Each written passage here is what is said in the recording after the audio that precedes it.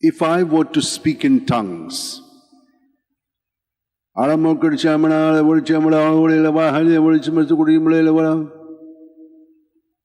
did you understand anything in your own language? If you have understood what I said in your own language, then the gift of the Spirit is here with us. But why are we not able to listen to the promptings of the Spirit? Why are we not able to speak in tongues? And why are we not able to experience what they experienced on the first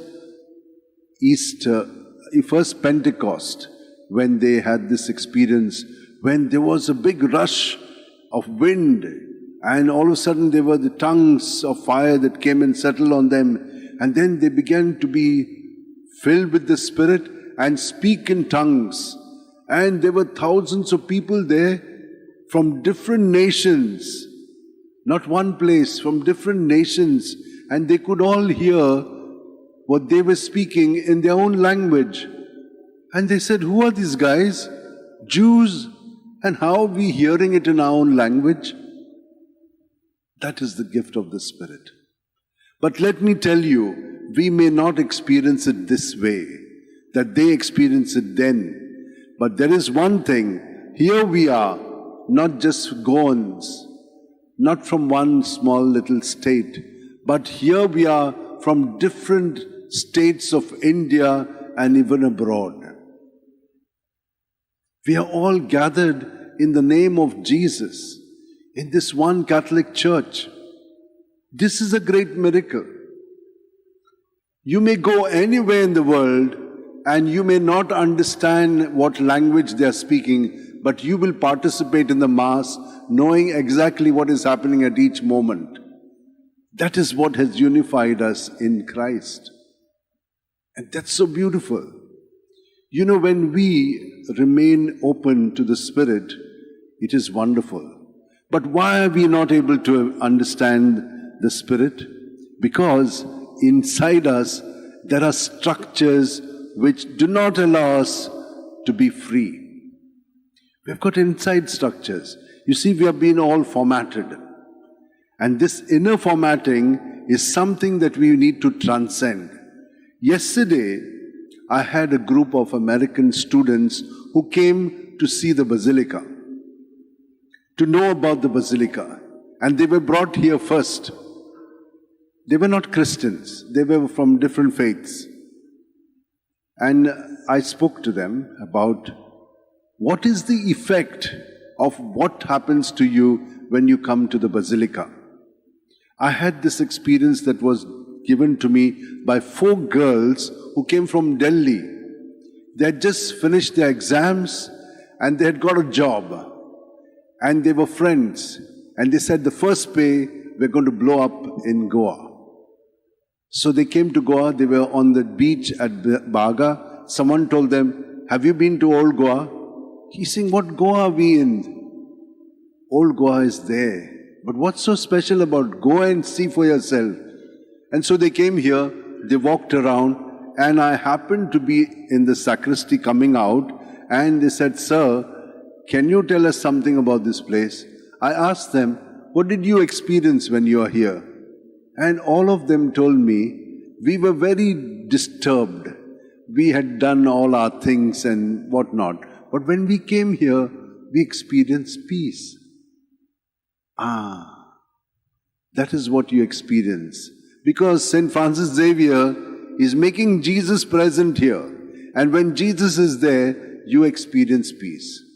So many of you who come here, you come here and go back with peace.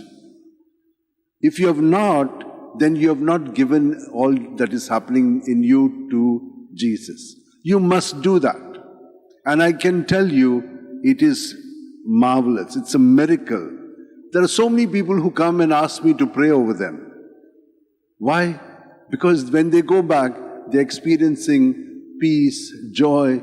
And just now they came and said, there was one young lady who was frightened to answer her exam. And she came and spoke to me for an hour.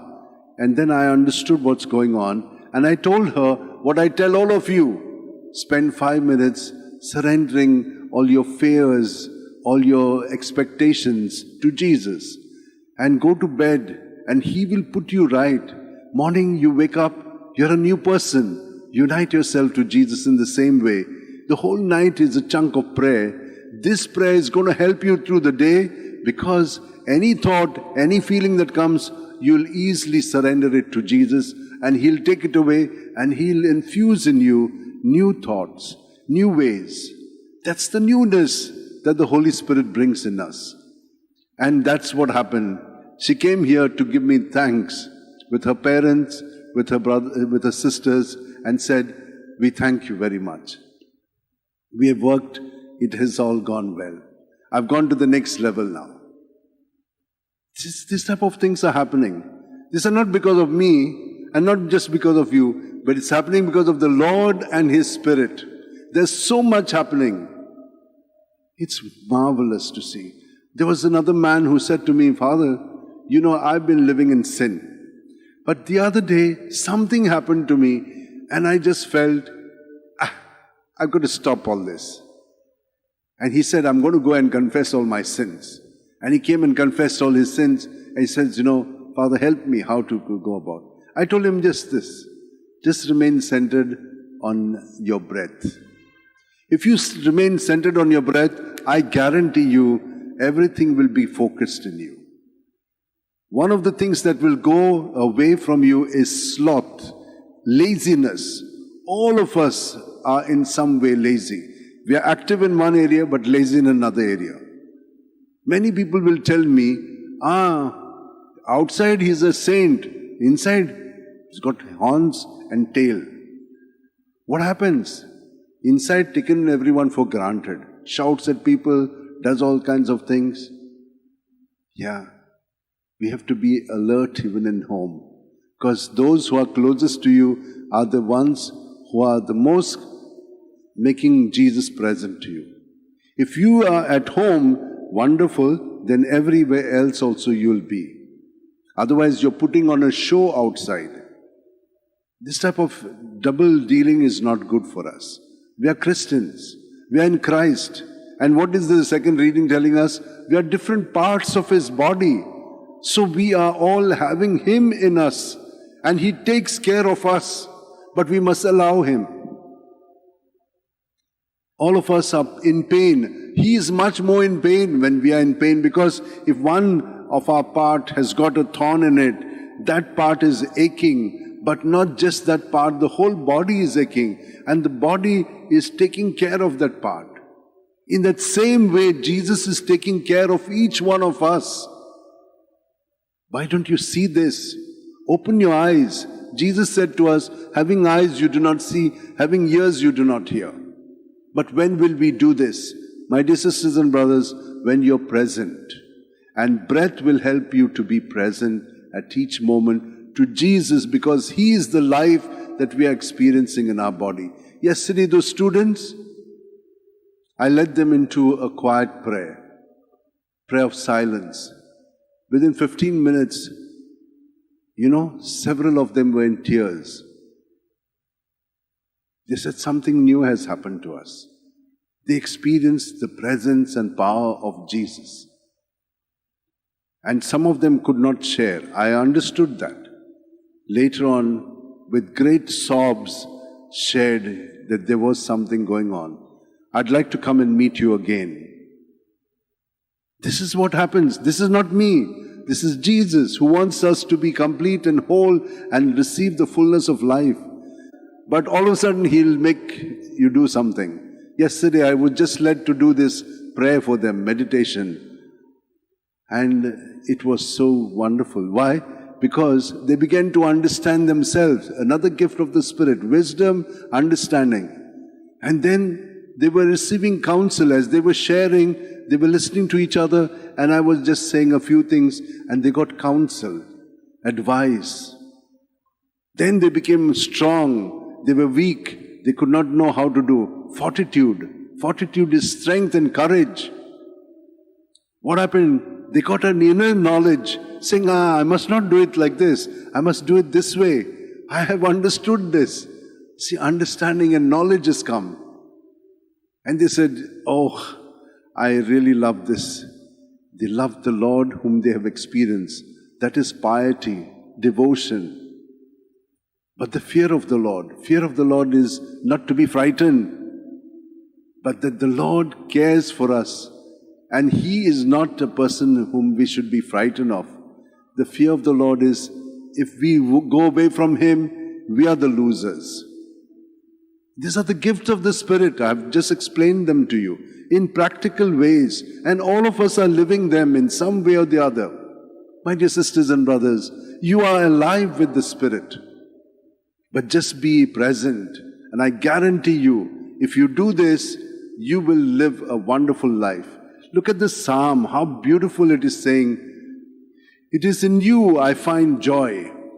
It is in you that I find joy. And how do you find Him? At every breath, He comes into our body, mind and spirit and fills us with all His goodness. Just let all the goodness of His and all that is there of yours and of the evil one, breathe it out in Jesus' name and keep it on Him. He will clean it up for us and purify us. The next breath, His goodness is filled again. And just as you take 5 minutes to clean a dish with water and soap, you will be cleaned up with Jesus' name at each breath.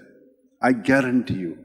And when you go to bed, the Lord internally is formatting us, because when we sin, we destroy our harmony and order which is there in us.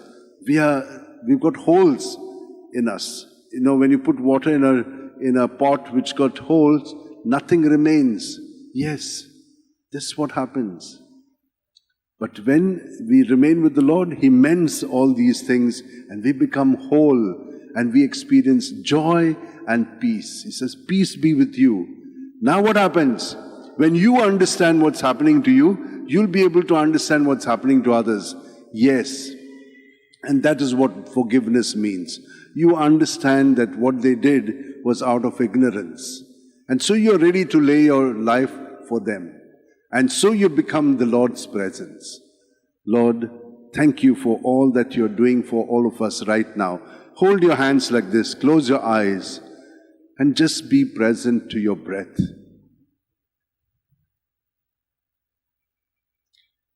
Jesus is life, and this breath gives us life. So you're present to Jesus. But He fills you from your toes right up to your head in body, mind, and spirit. Experience Him. You will not be able to, because you're blocked. There are too many things happening. So empty those thoughts, those feelings, those experiences, those traumas. As you breathe out, repeat the name of Jesus till your breath is completely squeezed out of your body. Jesus, Jesus, Jesus. Then take a good breath, and in the next breath, everything good of Jesus is filled in your body, mind and spirit. Believe this, it's happening. And empty it all out. Within 5 minutes, you'll be completely clean. And Jesus, who dwells in us because of our baptism, He will begin to shine in you. You'll begin to radiate His love, His goodness, and all these gifts will be part of your life. Just as the 7 sins are there are these gifts of the Spirit which are also there. Lord, bless each one of us and make us strong in you at this Pentecost. May we truly live centered on you, Lord.